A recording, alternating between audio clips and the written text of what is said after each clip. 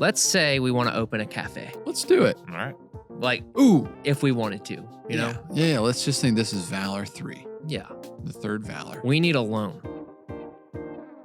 Are coffee shops viable? This is a question that we pose and receive very often, honestly. And today we dive into that hardcore. We have an entire spreadsheet built out. We walk through the spreadsheet, punch in some example numbers, and see if our faux coffee shop would work. And you can do the same. We're going to drop the link to the spreadsheet down in the description. And if you guys want to grab it and punch in your own numbers, see if your concept would work, how much you can pay yourself, how much you can pay baristas, how much you can pay in rent, how much you can pay in loans, grab it. We just really wanted to put this out there to help you guys to see if a coffee shop can work in your life. I'm Riley. I sit down with my friends Ross and Ethan every week for the Valor Coffee Podcast. We talk about the coffee industry, specialty coffee, business, things like that. So if you want to tune in, we release episodes every Friday morning. If you enjoy this video, if you enjoy the program, go ahead and like the video and subscribe. If you're on a podcast platform like Spotify, if you could follow us and then give us a 5-star review, that really helps us with the algorithm. We directly see those results and it bumps us up in the charts, gets more listens on the program. Want to let you guys know about a new partnership we have with our friends over at Clive Coffee. Clive has a fantastic platform of so much equipment, from espresso machines to grinders to accessories, including some machines that we really enjoy for carts, including La Marzocco GS3s, Linea Minis, the Luca A53. So we've partnered with Clive and they have given us a discount code for some things on their website, including Luca machines and Eureka grinders. That code is Valor5. If you use Valor5 at checkout, you get 5% off your purchase. So go ahead and use that link below. We do get a share of that sale, but that helps us keep doing this program. So we really appreciate that. All right, guys, without further ado, here is our program on cafe viability.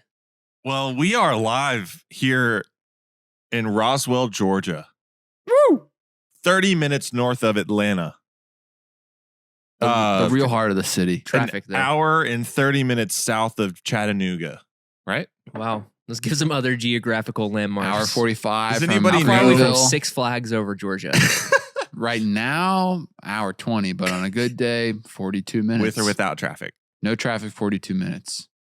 I'm just happy to be on a hot mic with my boys. Up top, bro. Let's go. For all you listeners, that was a high five. And that was a high five. I'm happy because it's Wednesday, and Wednesday means that we got to play Frisbee this morning. And You rocked it, bro. You were electric on the pitch. thank you. Somebody on the pitch. Somebody poked the bear. Somebody ran into Ross and he got mad. Well, I didn't get mad. It's You just stay you know, mad, You bro. gotta that's like it's like the Hulk mentality. You know, it's like, how do you control when you turn into the Hulk? And it's like, stay angry. Yeah. One of our reviews on Apple Podcasts, Oh no. Oh, crap. it's 5 stars. It says, It's gracious. it talks about how the podcast is great and all that. And then it's like, I will give a warning. If you listen to some of the older episodes, there's a lot more ultimate Frisbee and a lot less coffee, but it's still good nonetheless. Well, we were called coffee sometimes at that point. So now we're Valor Coffee. no regrets. Yeah. No regrets, bro. But we're coming to you all today as business owners of a coffee company called Valor. And we have 2 cafes. Mm-hmm. One of them is in Alpharetta, Georgia. How far away is that from Six Flags, would you say? Probably 52, no traffic. And then the other one is in Dunwoody, a little bit closer to the city. 38 minutes probably from Six Flags. Just hop on 285 real quick. Yeah, you're We're close. sitting There. we're sitting in our roastery. I don't know if everybody knows that. You know, they just see the backdrop of our podcast. A beautiful space. But behind us is the training lab that we use for wholesale partners and also internally for our team, which is And called the Pit Crew. Back behind you is our cart. Yeah, we're really trying to have a flex moment behind us with all of our coolest stuff. Stuff with our name on it. One day we could even do an episode in front of the roaster. That'd be kind of fun. That would be fun. But we're coming to you today with some spreadsheets and Buckle some financial hypothetical situations that you might run through whenever you are looking to open a cafe. And I know a lot of people that are opening coffee shops, it's their first business. Mm-hmm. Is that right? Why do you think that is? Maybe as far as some businesses go, it's pretty low barrier of entry. we'll get into the Mm. costs associated shortly, but there's that. And then a lot of people, because it's mostly fueled by entry level positions, a lot of people could easily garner experience in this field at a young age and feel compelled to make a move like us. And then there's also a lot of people on the flip side where this is the back half, a journey you're trying to start up later. You think it's easier to start a coffee shop or it's easier to start a good coffee shop or to build a good piece of software or like an app? Just thinking about You're other asking the businesses right guy. I'll say that much. Well, I think to build software or build an app, you have to have a really specific skill set. or hire And- people to do it, I guess. Sure. But with coffee, like we started this journey when we were 19 with pretty much no skill set besides like we can work behind an espresso bar. And it's taken us a long time to figure it out. So I don't know. It definitely is a skill set to run a business, but like I think that's one reason why a lot of people start coffee shops and it's their first business is because you can learn the skills if you just try. And now we've got it all figured out, Right. Now look at us. It's not software, but the roastery is a little more in that vein because you have to tap into a more like national, global, or niche audience. Whereas in a retail space, you're just tapping into your local audience. So that seems like in essence easier because there's less people to reach for you to like hit the sustainability ceiling. And you usually have captive audience because you're putting a coffee shop in an area where hypothetically people want that. But to like go just be in competition with everybody on the internet, it just takes longer. So our roastery, it's taken a little longer for us to, even though there might be a higher ceiling like there is in software, it can just take years to get there. Yeah, that's a good point. Thanks. You're welcome. But I think a lot of people that start coffee companies too are creatives or they're people. Right. And to make a gross sweeping generalization, a lot of times those people are not particularly skilled in numbers. I mean, just Guilty over in my here. experience, I know I'm definitely not skilled in numbers. And I don't even think you were in the beginning. It's just that you kind of had some of the more raw characteristics that led you to be in the bookkeeping financial side of the business. Yeah, I think the good news is you don't have to be skilled at numbers because that's what a spreadsheet's for. Like it does all of the work for you. And we're going to have the spreadsheet that we're using today down in the description. But like you go through school and you learn all these hard math skills where you don't have to use a calculator or whatever. But like that's what a spreadsheet is. Spreadsheet's just a big calculator where you can manipulate a bunch of numbers in different ways as long as you know how to do it. So if you open our spreadsheet, most of it, like the formulaic stuff, is we did the work for you. But if you wanted to change some of those formulas, it'd be really easy for you to just hop on YouTube and watch like a 45-minute, 1 hour long Excel tutorial, and you'd know pretty much everything you need to know. Yeah.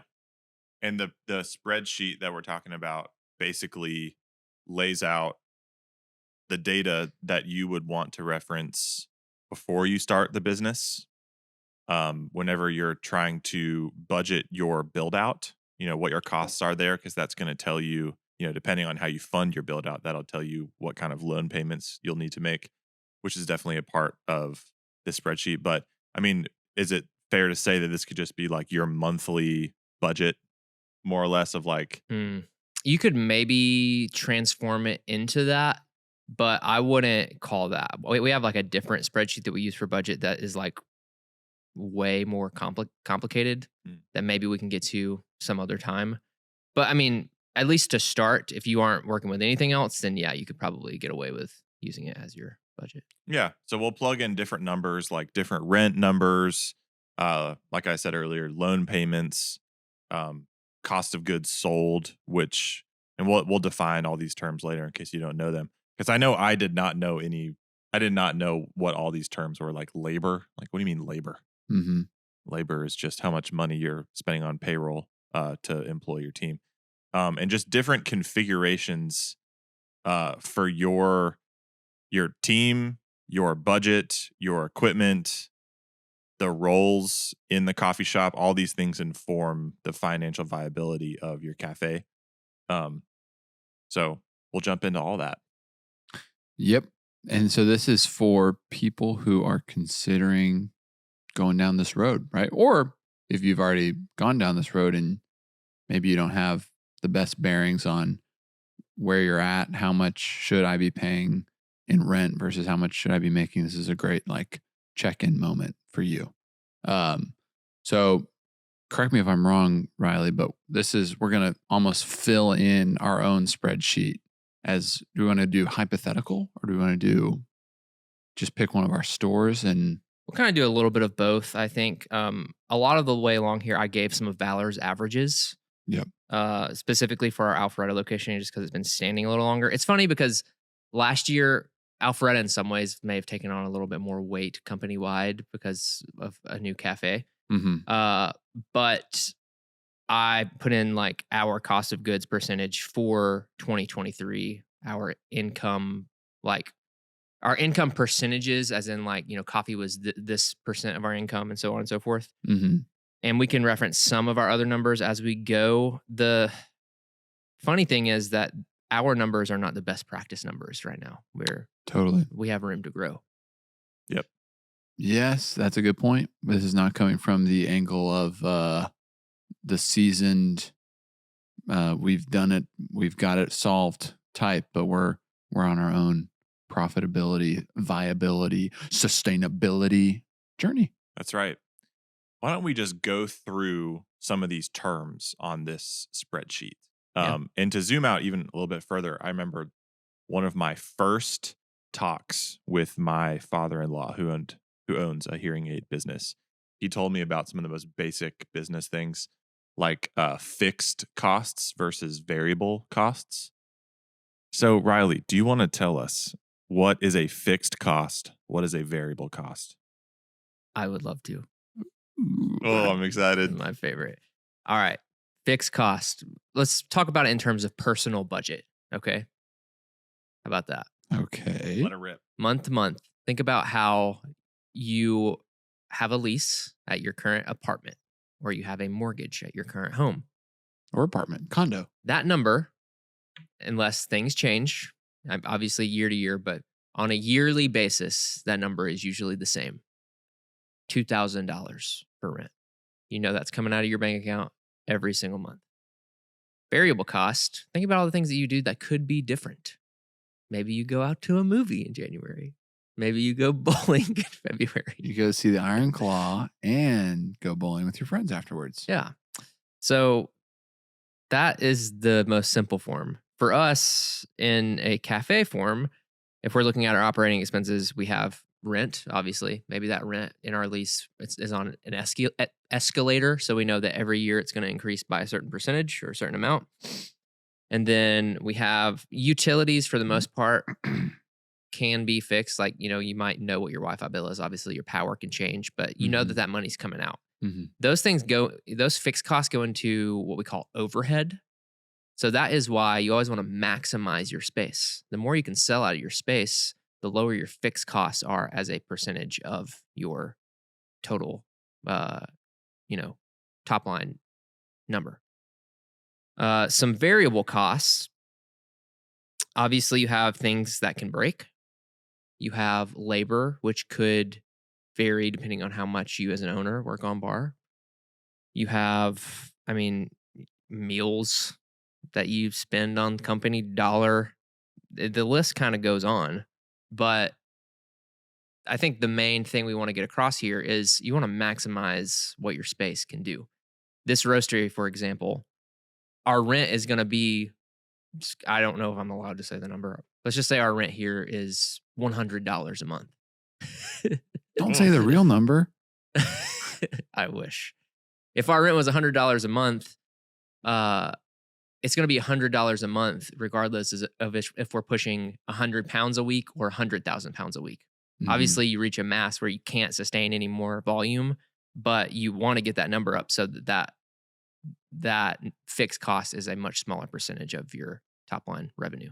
Yeah. And then let's just lay out the seemingly obvious example of, let's say you have a cafe and your rent is $100, which would be wild. And you're like, okay, I want to maximize revenue coming through the door because my fixed cost is going to stay the same. And I want that fixed cost to represent a smaller percentage of the overall budget. So I'm like, I'm going to stay open later, or I'm going to open earlier.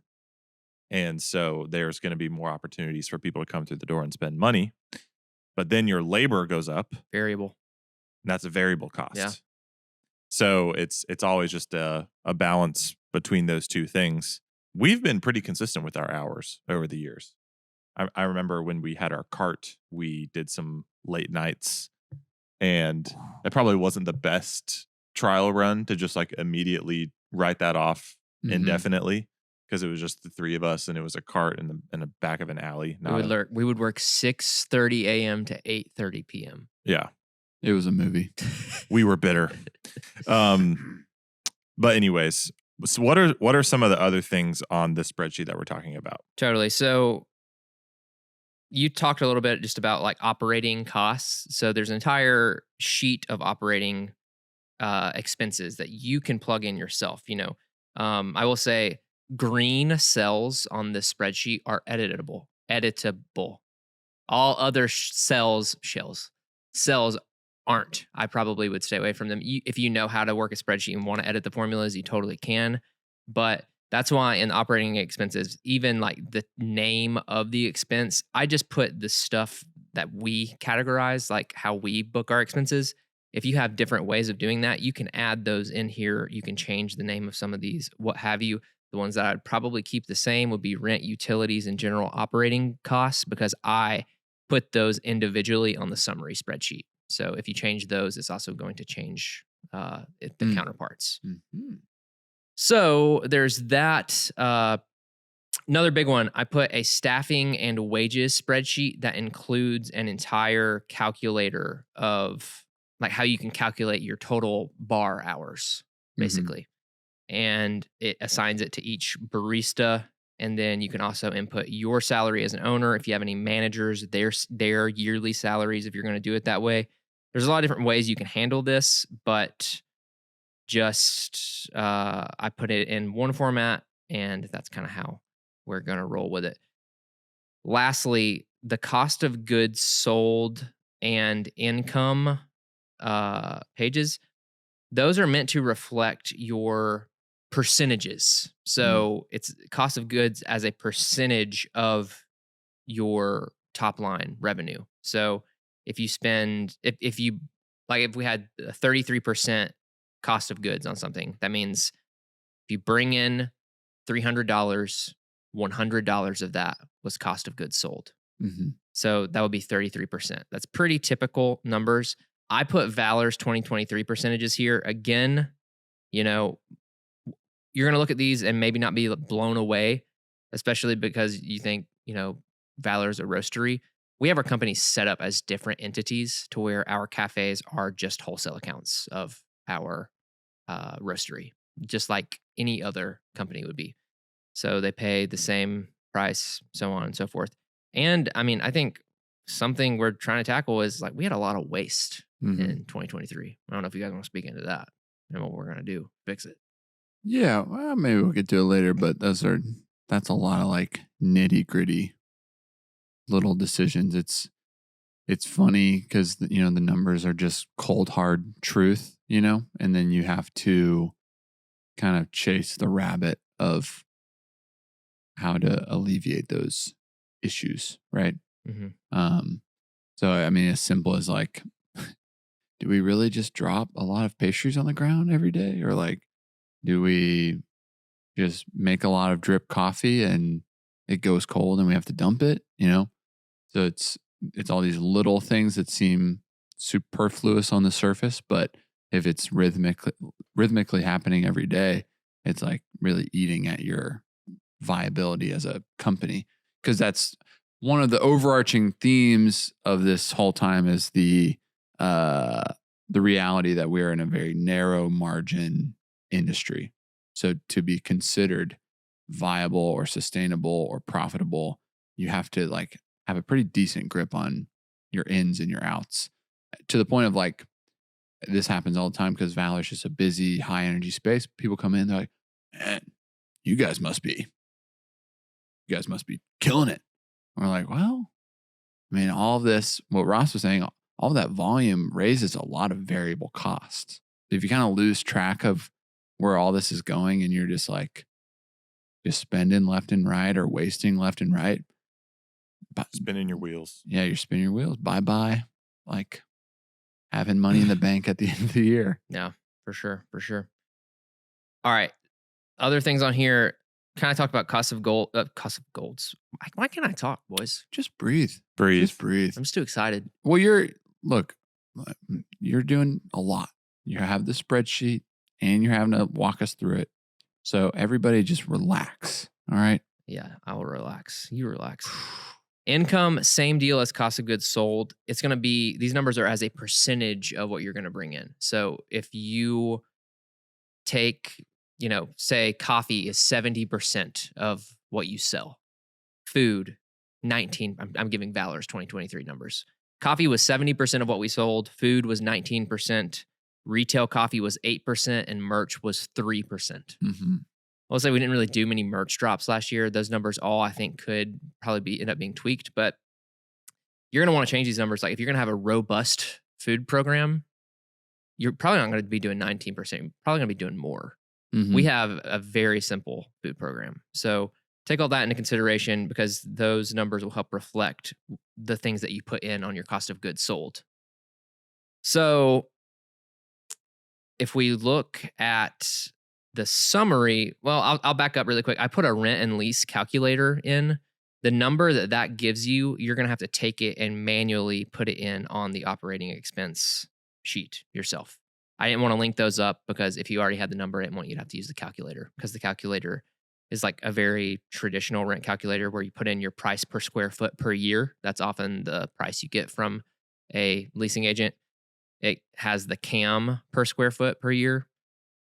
And then it has the square footage. So it just takes those numbers and throws it into your total monthly rent. And then lastly, I put in a loan calculator, same deal. You're going to take that number and input it on the summary sheet if you use this loan calculator. But it just has the term in months, it has the amount of the loan, and it has the interest rate. And then it'll give you your total interest you're going to repay over the life of the loan, and it'll give you your monthly payment. Nice.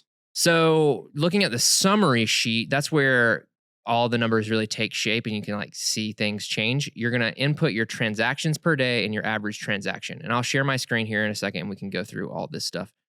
Transactions per day, I put in Valor's 2023 average at our Alpharetta Cafe. It was around 255 transactions per day. We were open around 360 days, I think. So 255 transactions per day, average transaction of $9.53. So hopefully that number can help you guys. We're a pretty busy cafe. I'll say that. So what you want to do whenever you're using this to recognize whether your cafe is viable or not is definitely undershoot. Undershoot all your sales number and overshoot all of your costs and expenses.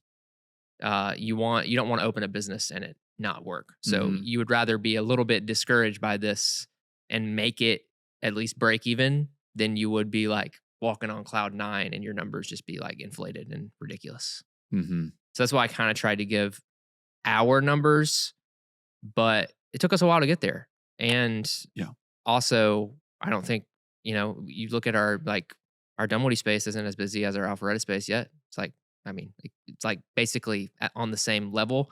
But the point being, like, that's a way bigger space and like it needs to be busier than our Alpharetta location. I don't know if you guys have anything else to say before we kind of jump in. Oh, yeah. I think just most people that are listening to this have a decent grip on what our cafes are like and knowing how similar the cafe you desire or the cafe that you already have is like that. We were talking to JP a couple weeks ago, very different model, very different space, very different like labor layout. You really can't fit as many people. And so his entire metrics are just skewed differently as it would be for us. So in no way are we saying we're the standard, because many different cafe models and styles can work. We're just offering you ours. And whenever you're looking for a location, this rent calculator, I mean, when you're assessing if a location is a good fit for you or not, obviously the rent is going to be a huge metric there. And we'll get to this later, but your rent should be a certain percentage of your gross revenue. So you can reverse engineer it from the rent. And that's really what we do whenever we're looking at spaces, is like, do we want to talk about how much our rent is? Is that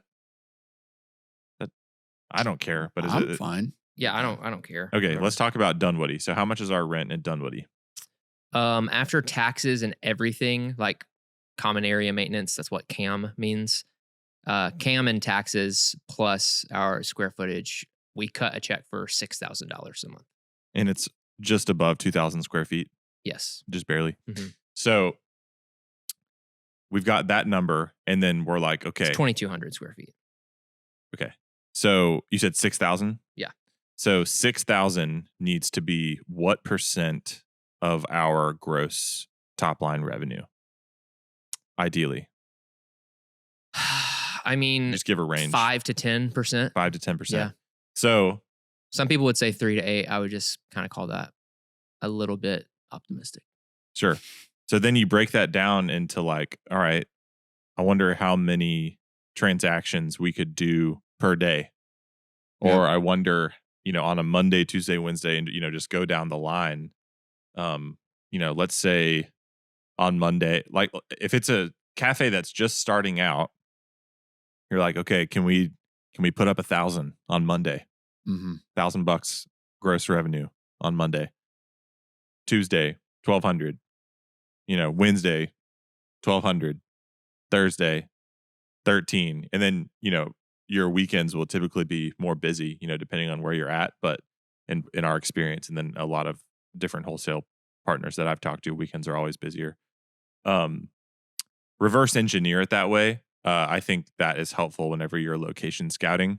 And of course, you're assessing things like traffic and foot traffic, and how many square feet it is, and what place it is in the community, and the flow of red lights and like turning lanes and all these things. These are all things you're Mhm. thinking of. Are we building it out to be a grab and go type of place where the goal is high volume but low square footage? Is it a sit and stay a while type of place? There's all these questions that you should ask. And these are some of the things that we help our wholesale partners think through whenever they're opening cafes, is these sort of questions. But we thought we'd at least provide this spreadsheet for you guys as you start to look for locations, or just to assess where you're currently at. But do you want to just go through each line on the summary, and we can sort of talk about what percentage that should represent of your gross and how to manipulate those things? Yes. So if we're looking at the top of the summary, sharing my screen, the income is going to be at the top. It's, obviously income, that number is going to be what all of your other numbers are weighed against. So think of that as your 100%. And then you scroll on down to cost of goods sold. So cost of goods sold, that's an interesting one. Varies greatly from company to company. I'll Mhm. clean the spreadsheet up by the time you guys can download it. But I would say in a coffee business, most of the time, your cost of goods sold is going to be between 30 and 35%. You guys have any arguments there? For everything all together. Yeah. So food, and the implication there is Yeah. like you're not going to be making a lot on food. Yeah. Unless Retail coffee, you're not going to be tripling up. merch. Yeah. Those margins are bad. They're bad. But for a iced lavender vanilla latte, which is one of our most popular drinks by far, Mhm. we charge how much for that? It ends up being like $6. Yeah, $6.50 something. $6.50. So 33% of $6.50 would not represent our cost of goods. Mhm. We're making more than we're not just tripling our cost of goods, and that determines the price. So you're making more of a percentage there, but it equals out with other categories of sales. Yeah, exactly. So I put it here kind of over on the side, cost of goods sold. You want to aim for 30 to 35%. That means, so the top number, it's called income. I'm going to change it to revenue. And that's so these top numbers here are your top line revenue. Your top line revenue, that number basically just doesn't mean anything. I mean, it does, because obviously it affects It's your everything and nothing. It is, yeah, because it affects your fixed costs. Okay, but if you are variable costs, your cost of goods sold, your labor, so on and so forth, if that number is too high, you can you take your top line revenue, you subtract your cost of goods, and you're left with your gross profit. If you are spending as much to make the product on cost of goods sold as you are as you're taking in, that gross profit is going to be zero, and you're not going to have any money to pay your staff. You're not going to have any money to pay your operating expenses, and that obviously isn't going to work. I'll say this is not a profit and loss statement, Mhm. because a lot of times, and rightfully so, you want to include your staffing and your cost of goods sold if you're getting like super deep into the numbers. We're not doing that here. Also, I'm showing owner's income on this, which isn't shown on a lot of P&Ls. I'm showing loan payments, which isn't shown. This is a viability spreadsheet. So if you want to learn how to read a profit and loss, you can Google that on YouTube. You can learn all about that. But this is not a P&L. Mhm. And cost of goods sold, just to hammer that point home, it represents everything needed to make the product. Yeah. So the cup, the lid, the coffee, the milk, the sugar, everything, the water. Well, not the water, because that's utilities. But you know Good what I'm saying? catch. You're not just including the ingredients, but also the cup and lid and all that stuff. Yeah, and something you said, I think a decent framework there is typically the items that involve the most labor typically have a better like cost of good margin versus something that has very little labor like food or retail coffee has a smaller profit margin Because somebody else is doing it. because someone else is doing it. Yeah. But we're putting in a lot of the labor for the lattes and the drinks. Yep. And so there's more labor costs attached to it than just cost of goods sold too.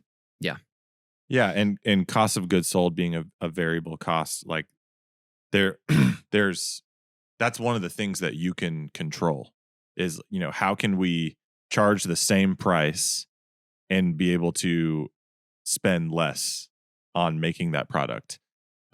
Whether that's like negotiating the price of some of your products, or, waste is an incalculable thing a lot of times, and it's in cost of goods sold. Mhm. So waste is accounted for in that. So your milk waste, like if you're making drinks and you're steaming milk and you're noticing over an ounce of steamed milk in your pitcher, over half an ounce of steamed milk in your pitcher, that's just waste going down the drain, and you paid for that milk, and you paid someone to steam that milk. So that's just going to eat at your profit. So always be asking yourself, how can I decrease the cost of ingredients without decreasing quality and still hitting, your values in your business and those sort of things. But hey, why not accomplish the same degree of excellence, the same degree of beautiful drinks and deliciously brewed coffee for less money? Because then you can allocate that money towards other things like paying your team or paying yourself or paying your rent. Yeah. To keep on moving, if we look at staffing, so staffing, this one's interesting again because I included owners' wages within the staffing so Mhm. people could see it. I don't want to get too in the weeds here. You need to talk to your accountant about how you should pay yourself because it varies greatly from business to business. If you're an LLC, your pay has to come from your profits. You cannot pay yourself like an employee Mhm. using W-2 pay. If you are an LLC that files as an S corp, or you are an S corp, you can pay yourself via W-2. So that's what we do, and we pay ourselves an IRS fair wage for our jobs. And that number is the number we include within our P&Ls Mhm. as like a percentage of things. So, and then the rest of our pay comes from the bottom line, the net profit that we bring in. So I'll say that the way you want to do this is just going to be dependent on you. If it's hard, I would kind of, I don't know, how would you guys do it if you were looking at this? I would say like put in a number, a fair wage into this number, and then the rest of your pay, think about how you're going to take it from that bottom line net profit that we're going to get to eventually. Yeah. I'm not saying to go file as an S corp. It's dependent on you. I'm not giving financial advice there. None of this is financial advice. Yeah. It's all just hyperbole. But staffing, without all that being said, for normal staffing, this varies greatly from business to business. Do we want to give a wide range and just say 25 to 35%? Yeah. Yeah. So Cool. Based on what you're pushing, Mm-hmm. if you're making food, that's probably going to be higher. If you're just selling food and you have like a high retail presence, maybe you have a lot less. It's a lot lower. Yeah. Or we sell a lot of drinks, and so we need a lot of people making drinks. So it's pretty high. Mm-hmm. Yeah. So not going to dwell there too much. Operating expenses. Okay. This number also can vary a lot. So I'm just kind of adding up our percentages in my head right now to make sure we're not We're it's gonna not add up. already losing money. Yeah, because that's where you start to go to. Operating expenses, you're going to want to aim for 15 to 20%. I feel like this is the sneakiest area yeah. because it's like, okay, well, yeah, you pay for the drinks and the food, and then you pay the people to make it. Mm-hmm. Boom. You're like, yeah, and then this breaks, and then you have to get a new one of these, and then you have to pay this person to come quarterly to do this thing, and then it's your SOL. Yeah, for sure. Yeah, that number can sneak up on you. Loan payments. I'm not going to give a recommended percentage there. Again, this is a number that isn't going to show up in your P&L. And same thing with working capital, which is below it. Those numbers are, I'll give the reason why loan payments doesn't. If I give Ethan $50 and then I say, you have to give me $52 back. He gives me $52 back. The only thing that's recorded on your P&L is that $2 extra, because that $50 is arbitrary. It wasn't income for anyone. It changed hands and it changed hands back. So that number does not show on your P&L. It shows on your other forms like your statement of cash flow and your balance sheet. But on your P&L, that number doesn't show up. The only thing that shows up is his expense related to it, which was the interest. So again, we're just going to include the whole thing in this number, and that's what makes this not a P&L. That's what makes this more of like a cash flow type of sheet. So just recognize that. Not going to give a recommended percentage there. I'll just say it's really easy to have a company and to look at your P&L, and the P&L looks really, really good, but you're still losing money because that bottom line, you could be distributing out to owners as a part of their, quote unquote salary.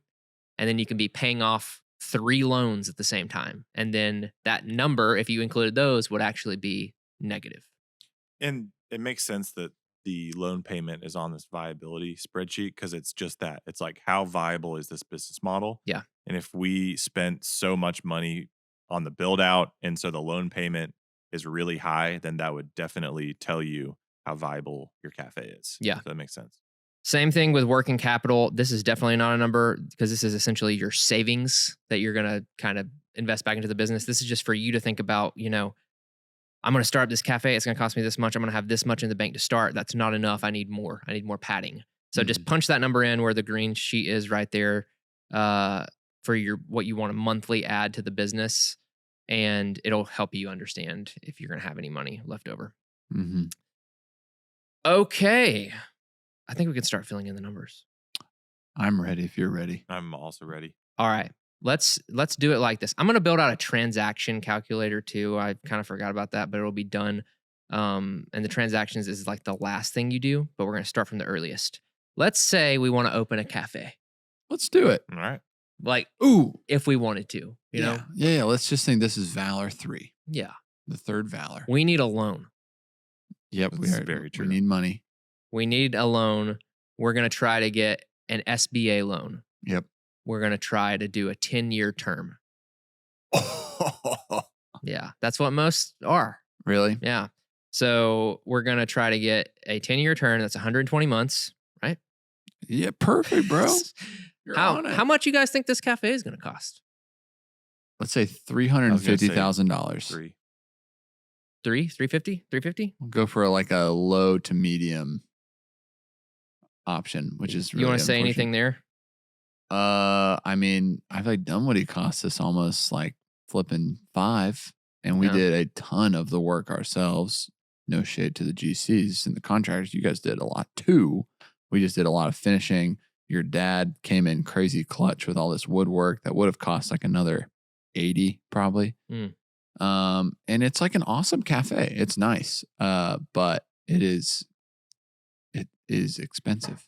Yeah. And versus Alpharetta 3-4 years before, probably all in cost was like maybe 2, more like 150. A lot of used equipment that we really paid the price for later affected our operating expenses. You know what I mean, y'all? Oh yeah. Meaning fridges breaking and ice machines breaking, repair people. Yeah. So I think 350 would be like, oh, so what you're saying about the loan is huge. They're like, okay, how long is it going to take to pay back that $500K? Yeah. You know, it's a few different places, but it's like a long time. Yeah, because a lot of people will take that number and they'll be like, okay, that's $500K. We can make $500K in the first year, but you're not making $500K in the first year. You might top line $500K in the first year. Yeah. For you to net profit $500K in the first year would be nuts. Call us. Yeah. Let us know how you did that. Like 1 person, 3 robots. Okay, so we're saying 350 loan. Yeah. And this is just like there's no money from any other source. Yeah. Joe Schmo with good credit is Yep. saying, I would like to start a coffee shop. Obviously, loan is one path. You can get investors. You can give up that sweet equity. You can do things like that where you don't have to pay back in a more traditional sense. This, I'm already looking at that monthly payment. I haven't even put in the interest rate. This is aggressive. It's really For aggressive. a 10-year? Yeah.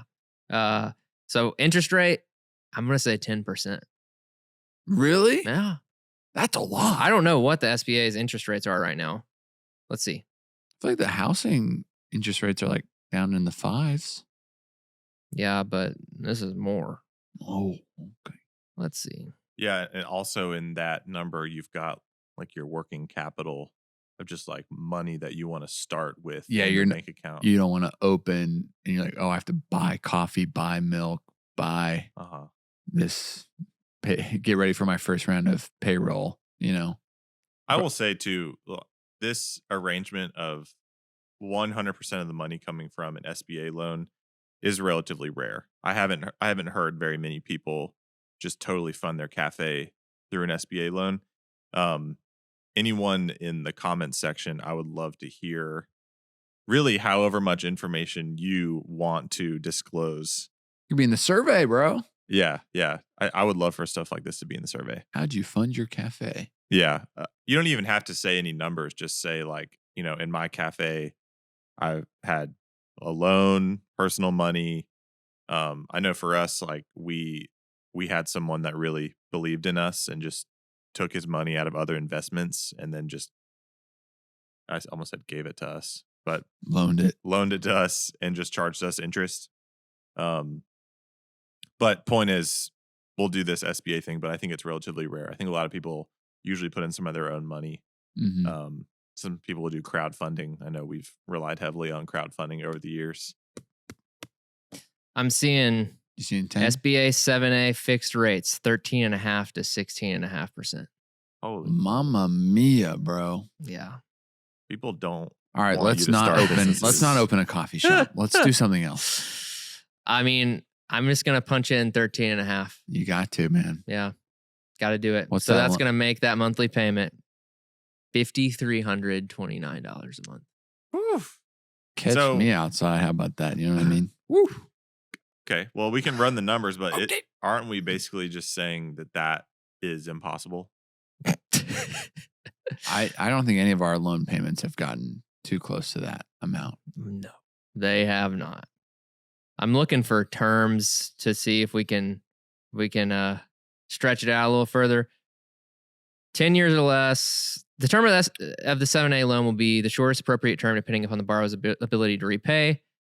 10 years or less unless it finances or refinances real estate or equipment with a useful life exceeding 10 years. The term for a loan to finance equipment and or leasehold improvements may include an additional reasonable period not to exceed 12 months when necessary to complete the installation of the equipment and or complete the leasehold improvements.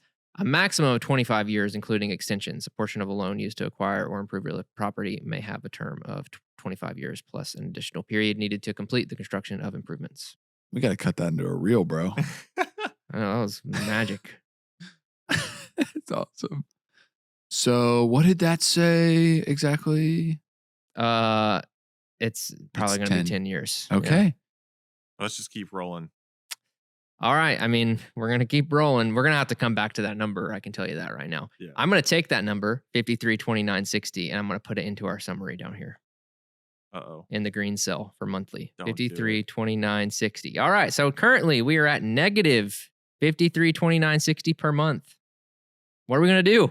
You got to make money, Gotta baby. make some money. You got to sell some Java. Yes, we do. Hey, we'll be able to know how much Java we need to sell. Okay. And next, we are going to pop on over to the rent/lease calculator. More money we can give Okay. out. How about that? Yep. What kind of space do we want to get with this $350,000 that the government just gave us, Give me a or the government backed? give me a 1,500 square footer. Okay. We're gonna pay 36 base with 8 cam. 8? Yo, dude, cam ain't cheap around here, man. That's real. That's All a right. real number. $5,500 a month, boys. There it is. Would you say that's like a pretty prime location? Yeah, I'd say we're in a maybe a nice little downtown. Yeah. People were wearing selvage denim. People are in Selvage. There's like 5% salvage out there. Say we're in let's say like Brookhaven. That'd be like a Brookhaven spot. Sure. Brookhaven's a little suburb north of Atlanta, but it's like old money kind of vibe. But there's a lot of apartments, So a there's lot of young apartments, a lot of professionals moving in. All right, take your rent number and put it on the operating expenses rent number here. $5,500 per month. And just really quickly, like we've got our loan payment. We're like, man, we got to make some money. But then you have to pay that sort of cam and that sort of price per square foot to be in a good location. You got to play the game to even put up the numbers. Yeah. Man, it's hard out there. And I think that's Yes, a it note we is. had of like the lower your rent, probably that means the less valuable and like less trafficked that area will be. So you need to plan for a start or like a roll up, of like it might take a few years, couple years to get what you think the potential of that said space can be, versus if you just opened up on a bustling street and you pay to be there, you'll probably just start pretty hot, And there are other opportunities out there that will charge you less price per square foot. Like there's stuff in the 20s. Yeah. It's just probably a less established area. Or it's get ready for this, an ancillary opportunity where you're a part of something, and we haven't really talked about that lately on the pod, but like that's how a lot of coffee shops work, is like we're attached to a blank, say if we struck a deal with Thrive and we're like, hey, can we just take a slice of your space? Mm-hmm. Maybe we get their rate for a big building because they got a better deal and we can pay less, but we're of value to them, Yep. because everybody, and one of the big takeaways that we keep talking about is like, it's not a high profit margin business, but it is a high value business for communities and developing communities. Oh yeah. People love having a coffee shop around. So a lot of the time, like people will bend or people will like help coffee shops get into places because they literally just make a complex, a suburb, a downtown, wherever, just better, you know? It's a revenue generator for other businesses. Absolutely. Because it's a high traffic business. Yep. Mhm. And it's an all day, not night, but it's like a daytime business. There's not that many daytime businesses on the hospitality side of things. I mean, there's lunch. There's like not that many breakfast places in the world. Yep. Coffee's just like from 7 a.m. to like 3 p.m.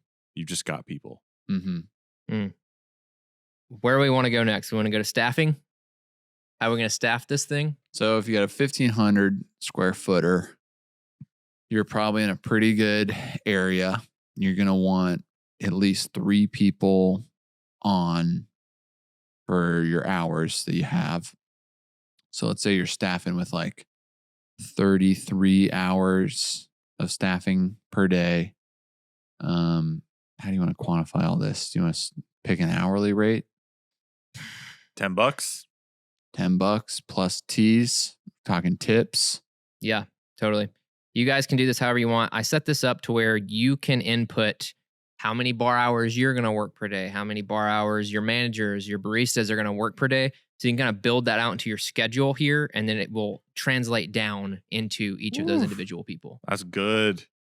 Man, why aren't we charging for this? People need to send a thank you to Riley. No, A they little don't. thank you letter. I don't do it for the thank yous. We for the do goodwill. for the wholesale So, partnerships. okay, let's say we have one owner, no managers. Not to start. Okay, You one just- owner, no managers. How many baristas we want to have? We want to have 10. Okay, 10 baristas. Wow. 8. We'll One say of 7, because that's how many line items I have in the spreadsheet. Perfect. Just for no I was reason. thinking Yeah, 7. I was totally. thinking 7. Awesome. So, what are our hours per day? How long? 7 to 5, man. We're Valor. 75. Okay, 7 to 5, 30-minute open, 30-minute close, 1 hour Hour close. Okay. So how many hours is that we need to cover? Yeah. Jiminy Cricket. These are going to be the numbers that you guys have to figure out for yourselves and Yeah. how you're going to handle it, because there's so many different ways to run a bar. The busier you are, the more people you need, obviously. So don't put that you and one other person is going to work all day, every day, but then your sales are $5,000 a day, because obviously that is extremely unrealistic. 33 times 7. 230. 230 per week? Yeah. Okay. Cool. So how do we want to structure our days? When is owner going to work? You in your new cafe. In my new When are you cafe. going to work behind the bar? Are you plugging this in like per day or just how much? Yeah. Like what day and how many hours? I'm going to work. I got to work the weekends because it's my baby. And that's when it's Okay. going to be busy. You going to work 8 hours Saturday and Sunday?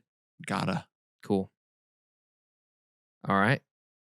I feel like just put the owner. I mean, I've seen people do this, like 6 days a week, 8 hours, or like 6 days a week, 8 hours on the weekends, 10 hours on the weekdays. The owner? Yeah. Because you've got bar, well, and maybe it doesn't need to be 10 hours because you've got bar shift, 8 hours, and then on like 2 hours after your bar shift to Yeah. do Are we admin. trying to set this up as just like opening out the gate or like a sustainable cafe? Sure. Because you can do both with the spreadsheet. That's the good part about it. I think it would be beneficial to start this with like, hey, how can I get open and how can I be open for the first 6 months in an arrangement? And then maybe we can like just tweak a few things on labor. Yeah. And just take some owner hours off and say like, okay, I'm not going to work however many hours that is per week, every week. Cool. So you want me to do 6 days?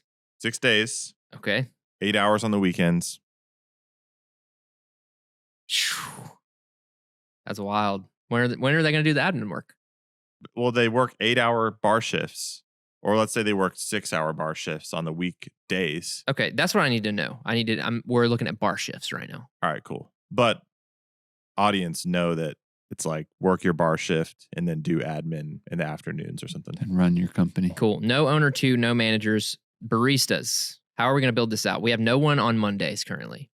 How many barista hours do we need?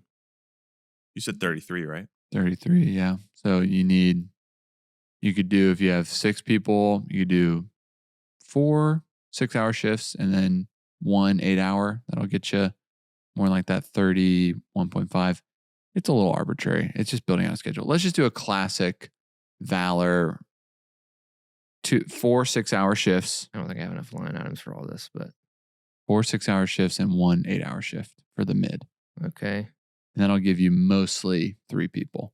Great. Might lower your daily average to like 31.5. 4 6 hours, 1 8-hour? Yep. Great. I'm going to try my best to do just whatever I can here. It's going to look a little weird. We've been doing 6-hour shifts for a while for our team. We've done some 8s too, but Yeah, there's a lot of pros and cons across the board for 6-hour versus 8-hour. There's so many people that want to work in a coffee shop beyond the reasons of like just trying to make as much money as possible. And then you have people that are trying to make as much money as possible. And both are necessary to your operation. At least at Valor, it's such a like high demand atmosphere that a lot of people feel pretty drained by the end of an 8-hour shift. And people really do appreciate a 6-hour shift.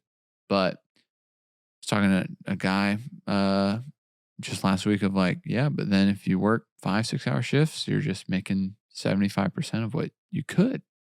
But it's hard because working 40 hours at Valor is no joke. You know, that's a tall order. But I think it probably just comes down to, do they need to do it or not? yeah, Because if they need to do it, they'll do it. they'll do it. Yeah. And you kind of need both too, which is nice. Like there's usually a balance of like people working 6-hour shifts and people working 8-hour shifts. Because you can elongate 6-hour shifts, which helps you cover people when they're out. Yeah. And if everybody, we try really, really hard not to schedule people over 40 hours a week for overtime and all. Well, not just 40 hours, but 5 days a week. Is that fair? That is a pro. Well, we don't put anyone fixed on the schedule for 6 days a week. But at this, if a lot of people are working several 6-hour shifts, if they end up needing or like are called upon to cover, it typically won't put them in overtime, which is a good pro. Yeah. Not that happens super often. This is wild and funny, but it's going to work for our use case here, I think. Hey, awesome. What's going to work? Just this coffee shop? Oh, no, this coffee shop is definitely not going to work. Oh, okay. The crazy shifts that I just made. We're just trying to get a final number. Oh, yeah. A labor cost. Yeah, that's what we're doing here. But okay, we're going to pay all of our baristas $10 an hour to start. That's what we're going to say. Okay. Sure. So again, you can punch in your own hourly wage there. We have no managers. How much are we going to pay ourselves? Can it just as be like a base wage? Wouldn't it just be how little can we pay ourselves? I feel like that's that one we might have to come back to. Sure. We could just punch in a number. I'm going to punch in $30,000 per year. And is that total or Maybe is plus that tips? That is not total. That is your base wage. Yeah. Like, And then let's say you get, elect to be an S corp and you want a W-2 parts of your funds. Sure. $30,000. Okay. And then you might add a distribution to that. Yes, with your net profit number Your net that you're profit. going to find. Yeah. You might bump up your base wage. We'll come back and see. All right. So what I just punched in 222 total bar hours. Yeah, that's pretty good. Everyone at 10 an hour. Everyone's making tips. But the tips aren't included, obviously. Monthly pay, as it currently stands, is $79.17 per month for your staff. And then the tax adjusted number, I just did like roundabout Georgia plus federal taxes, is like $89.06 per month. Add $1,000 to it. Yeah. Whew. Yep. All right. So we've got our staffing. That number is going to auto-populate into the summary sheet, just so you guys know. So we've got that over here. Owner wages. And then the great thing about the summary is it breaks it down to weekly, daily, monthly, and yearly to where you can see if you're making money on a daily basis, so on and so forth. Classy. So next up, operating expenses. This is where we're just going to have to punch in some numbers pretty rapid fire because we were running kind of long. But rent, we already have that number, $5,500 a month. Utilities. Thinking Wi-Fi, electric, so on and so forth. 1,000? No. Yeah, I mean, let me just pull up Alpharetta's. Bro, that's our electric bill in Dunwoody. That is our electric bill in Dunwoody. $1,000 is the electric bill. Yeah. Jeez. While you're looking at that, just a disclaimer for any of you that are watching this that you're like, this is way wrong. First of all, chill out. We're giving you something for free. Second of all, this is just one example. And that's why we're giving you the spreadsheet to plug in your own numbers. And I realize that a lot of people are relying on us to give some accurate, reasonable numbers. And we're trying our best. But there's totally exceptions to a lot of these things. Like you could just find this absolute gem of a space that's like $2,000 a month. Like those are out there. That's usually the case, honestly. At least with people we know it's when opportunity comes a knocking. Right. You're like, can I make it work with this? You know what? I think one reason that we're taking this approach is we get someone emailing us probably minimum once a month about like, hey, there's a new development in town in 2 years. Mm-hmm. And we would like you to come on down and we'll charge you $45 a square foot and $10 CAM. It'll be awesome for you though, because it's a development. You'll be super busy. And we are like, pass. So I think we're kind of trying to use that as one example, or like one end of the spectrum, if you will. And then the other end of the spectrum being like that crazy opportunity, everything's lining up, and just sort of take numbers that are right in the middle while also factoring in our personal experience running 2 cafes for the last 4 years. Yeah. It really does highlight the value of where are you getting your money to start this thing? Yeah. And how much does it cost? What are your fixed costs to pay that back and pay to be in that space? Yeah. Pretty huge. Totally. So let's just say $1,500 a month for utilities. Okay. $1,500 because the space isn't as big as Dunwoody's, so on and so forth. Your mileage may vary depending on your state. Just know that. General operating costs. This is like napkins, dish soap, toilet paper, the things it takes to keep a business open, but you aren't selling. Mm-hmm. I have found this number is like $700 to $1,000 a month. Mm-hmm. Dish detergent, chemicals. And the more you're trying to be an excellent business, that just goes up. Like buying nice tampons for the bathroom. Yeah. Buying the nice Candles. Candles to burn Yep. in the space. We want to put this at 700 for now. Sure. Okay, 700. We are getting started, so a lot of these numbers are going to be very cheap. Miscellaneous equipment. You're going to break things every single month.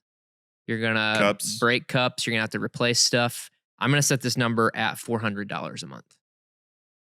Continued education, 0 to start. Equipment repairs and maintenance. I'm probably going to want to, again, put this at least $300 per month. Yeah. And maybe it's not like you're spending that every month, but it might be every few months someone comes out and it's $1,000 to replace this thing, you know? Totally. Office supplies, $20 a month. Payroll processing fees, $100 a month. Travel, 0. You're just starting out. Meals, let's say 0. 0? I mean, no, we're not swiping the card. Come on. You're gonna buy your team lunch every now and then. They're working hard. Just opening your cafe. $150 a month. You'll definitely want to. Is that different than personnel expense? Yeah. I mean, personnel expense, like for us, a personnel expense is that we buy jumpsuits for everyone that starts working. I'm gonna set that.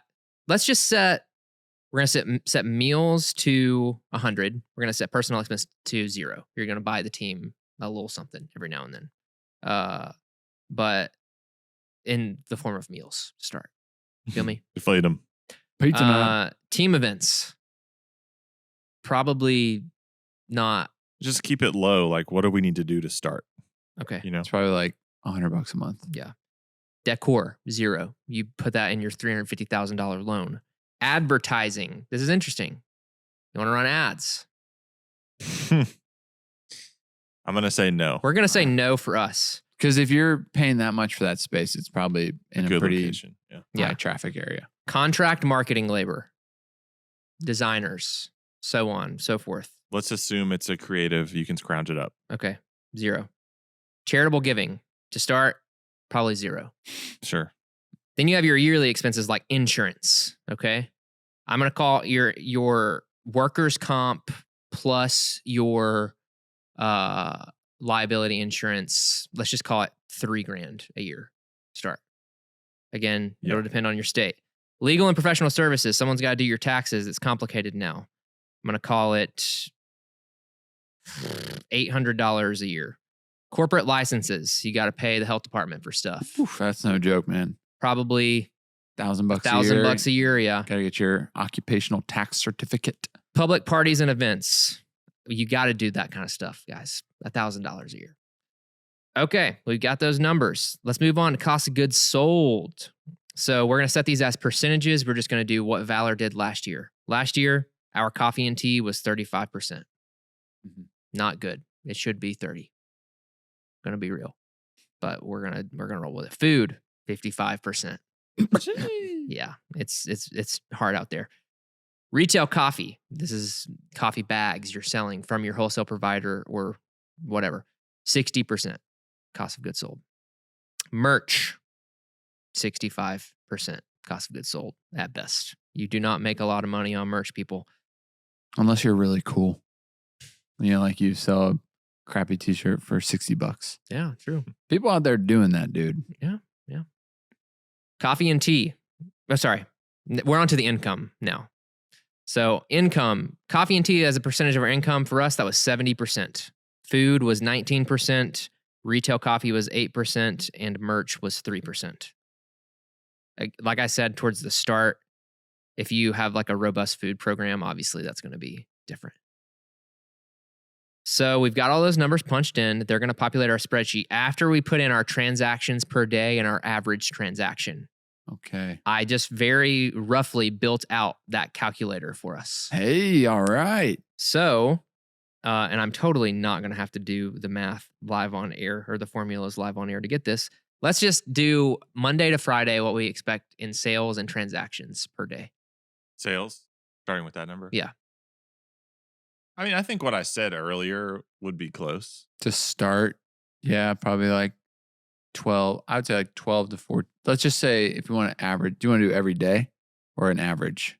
I want to do every day so that you can inflate the numbers on Saturday and Sunday. Maybe we could do sales and our average transaction, and then it'll give us our number of transactions. Yeah. Because I think our average transaction is always going to be, you know, we can usually guess that regardless, kind of. Can we just say like 1,100, 1,200, 1,300, 1,300, 1,100, 1,200, 1,300, 1,300, 15. 1,500, 2,000, 17. 18. Okay, and then this number doesn't. No, yeah, I can leave that there. You guys are watching some spreadsheet building live.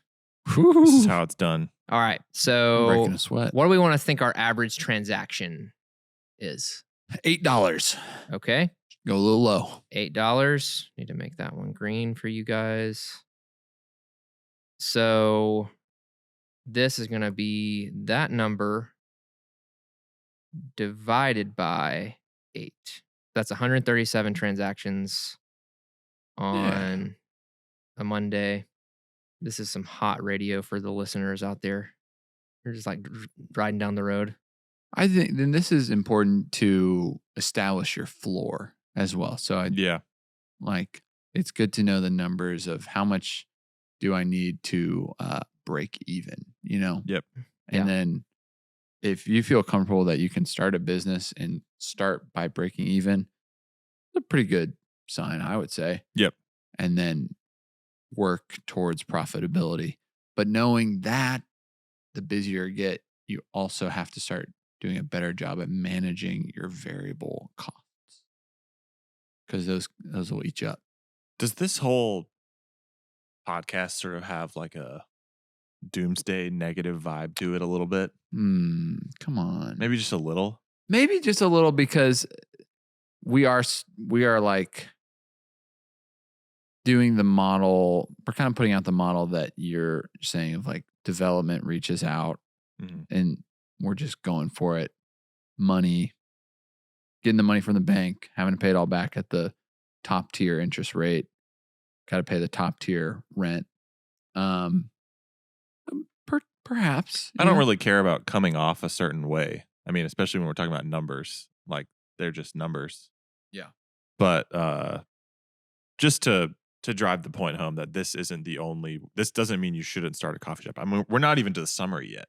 So who knows True that. what it's going to be. All right. So average transactions per day as it currently stands is 182. And then our average transaction, we put in $8. Do we want to put in Valor's average transaction per day, which is like $9.50? I was just thinking a newer place isn't going to be selling the higher ticket items like retail coffee nearly as much. Yeah. I would agree. Okay. Well, okay. Again, this is a calculator, so you can input these numbers yourself. We're going to do $8 average transaction and 182 transactions per day. You're going to put that in on the summary at the very top. Transactions per day, 182. Yep. And then $8 average transaction. And then all of our numbers are populated. How about that? What do they say? Here we go. Okay, we're going to make $532,000 a year at this cafe. That feels reasonable for a like year one. They will be successful one day. Yeah. All right. Daily, that's $1,456. Weekly, 10 grand. Monthly, 44. Okay. Ooh. Thinking about rent. Thinking about rent. Oh yeah. Rent's probably 12%. All right. Cost of goods sold. We had those numbers punched in. Because of our split, we are averaging out to 41.7%. Uh-oh. I bet you that's going to be a new cafe's cost of goods sold. Yeah. So I don't feel like we have to go change that number right now. So gross profit, our percentage is 58.3. Where you want it to be is at least 65. So we're already starting from not the best place. But you're figuring it out. Yeah, you're figuring it out. You're not going to be that good at running the coffee shop in the very beginning. So. Yep. So you got that. Your staffing is at 25.73%, which is very good, which is why you're working on bar. You're trying to get that number to that, you know? Yeah, replace yourself with a manager and you're bink. Yeah. You're way up. Peaking the meters. Absolutely. Rent. I need to put in the rent percentage here. Don't do it. I'm going to do it. Don't I'm going to do it. Our rent is 12% of our top line. Okay. That's not as bad as I thought it was going to be. Pay to stay, baby. No. So that's not great, guys. That's not great. Utilities, general operating costs. Like I said, you can see all of those here. And then you have, I just grouped in all of the others as like one line item. And they aren't cheap, but that includes all your insurance and so on. We're sitting at 20.76% on operating expenses, which is not bad. We did some skimping though. Yeah, for sure. Yeah. Loan payments. Oh yeah. Crud. $5,300, $29.60. As a percentage, I mean, that's close to your 12%. rent. That's 12.02%. Good math, Ethan. Up top, brother. Oof. Dude, are we making money? Are we making money? Year one? No, we are not. But we only lost $1,100. So darn it, it could work. It could work if you are okay with only making $30,000 a year. No, you're making tips, bro. Right? Yeah. Guess. If you're on bar, you gotta get your cut. Yeah. So if you're working all that, I mean, all those hours, you're probably getting, you're probably making 50. Yeah. Let's say, But do we yeah. want to bump up the average transaction? Do we want to do anything But like yeah, that? so let me just How can we manipulate these numbers to So- make it work a little better? keep it all here and say year 2, Okay. right? Our daily sales are up. Yeah, you're up to like 220, Raise labor percentage. to match. Okay. Maybe- Let's just go back all through here. Transactions calculator. Let's just days of the week. What are we making now? How about you just raise everything by $500? Okay.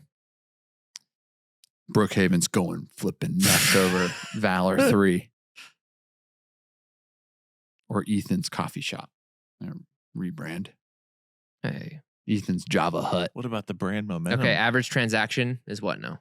It's 9. It's 9. All right. 950. So 950? Yeah. Hey, Sure. dude. What was ours? 950. All right. 950. You're doing 206 transactions per day. Okay. Did I say 206? You did? Every time. I just forget that number instantly. All right. Loan calculator, we don't need to look at. Rent calculator, let's just say rent stays the same. Staffing and wages. How do we want to do this? Can you Okay. just Can you go ahead? I was just gonna say, can you just add like 8 hours a day or something? Add a shift? Add 6 per day. Well, we want to get it to like 30. If we're doing that on those kind of days, we're doing like 36 hours. So it's just like 6-hour shifts. Are we still working on bar as much? We're not working on bar. Well, year 2, let's keep it the same because let's just say this, Okay. that I'm in touch with reality and we're like, hey, we lost $1,100 this year. We need to just run it back. I'm going to make these shifts not the actual people's shifts. Someone's going to be working 7 days a week. I'm just getting it for the hours. I wouldn't do just that. for the hours. Okay. Hours are up. Do we have a manager? No, No. No manager. can't Okay. afford it, bro. Not a chance. Not yet. Great. All right. Operating expenses, things are going to stay the same. Or are they? Is anything going to go up here? If you're in touch with your finances, they're not changing. But you might, have more people and you have more pizza parties. Yeah. I think stay the same because we accounted for things breaking in year 1 and less things break in year 1. Okay. 2. Cost of goods sold. Do we want to get any better anywhere? Or do we want to just leave these numbers as they are? Leave them. Just leave. All them. right. Income, same splits. Okay. We have a higher average transaction, more transactions per day. We're up to 715 a year.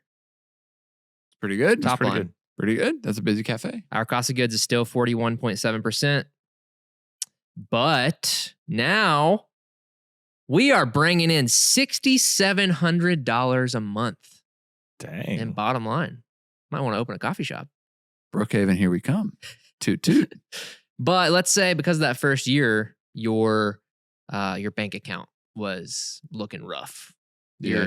You couldn't sleep at night You had to get a because working capital. one bad thing happens. No good. You're toast. So working capital, you're going to put in $2,000 a month for a year. Mhm. Get your bank account up, around 30. $2,000 a year. That's going to take your monthly down to $4,700 a month. That year, you're going to bottom line $56,000. So if you Wow. pulled out all that money, that means you're making an okay living. Your net profit's like 7-8%. Sounds Yeah. like. Yep. So let's take out working capital to see what that net profit is. That's 11%. That's not bad. The recommendation, the reality really is like it's going to be around 12 to 15% if you're doing all right. I know some people would say you can get that better. I don't personally think that many coffee shops are going to do that. And whoever's opening this, Ethan, you're working a lot. I'm getting tired. It'd be funny. I know we're running out of time. Year 3 would probably be like upping all of these infrastructure costs. Like, what does it cost to get a manager? Yeah. Because you're trying to sustain what you've done in year 2. Mm-hmm. It's like, all right, we need more team care. We need to maybe we even need to hire another person. We got to inflate some stuff. You got to train the people that left 6 months after you hired them. Yeah. This is a busy cafe too. That's the thing. Like, And that's wear and tear. yeah. That's repairs, upkeep. It's legit. But it's possible, bro. It is possible. Yeah. One thing you can take from us and our experience is that we've got 3 owners. Woo! Becomes a lot less possible when Read the room, y'all. when this is 3 people's big gig. I mean, if they were all working on bar all the time, maybe a little bit more possible. Yeah. But then what's your trajectory, you know? How can you work on the business and in the business? Stay tuned next week to find out. It's fun. Any closing remarks? This will be down below in the description. It'll probably be like in a link that you can click and get if you guys want to fill this out for yourselves. Mm-hmm. If you have any questions, drop them in the comments. Riley, thank you. Yeah, Putting thank this you, together, Riley. bro. This was too fun for me. So it's possible. Darn it, it's possible. It's possible. It's possible. Even yeah. if you get a, Mac SBA Daddy. loan, you're just relying on your good credit, and you're like, this thing better work. I mean, let's say you save $100K yourself. I mean, obviously, way easier said than done. But like, you get $100K from somewhere. Your grandma. Your interest rate's going to go Mom. up because the loan was lower. Let's say your interest rate's up to like 16%. But if you're able to do that, I mean, you're instantly, that $1,000 a year loss before is no longer a $1,000 a year loss. You just break even on the first year.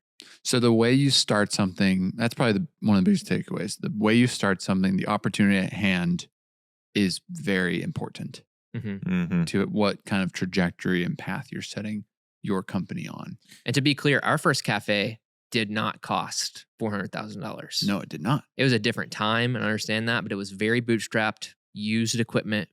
It cost $120,000. So that's why we were able to, get back to where we needed to be so quickly there. And I'll just kind of end with saying this. If you look at the numbers and even that bottom line net profit number says, let's say somehow you get that net profit to $120K per year. It's going to take you 3 years to pay back your loan, which is it might not sound like a long time, but there's a lot of businesses out there. Think about whenever an accounting firm builds out a space, they probably pay back their build out in like 3 months. So that's why this is just not the easiest business, but these numbers say that it is possible. Dream big, y'all. Yeah. Dream big. Are we going to get into and tease anything for next week? What we want to get into? I think we got to plan that podcast, my man. Okay. You're silly. All right, guys. It's been fun. Been good. Cheers, mates. Love y'all. Love ya.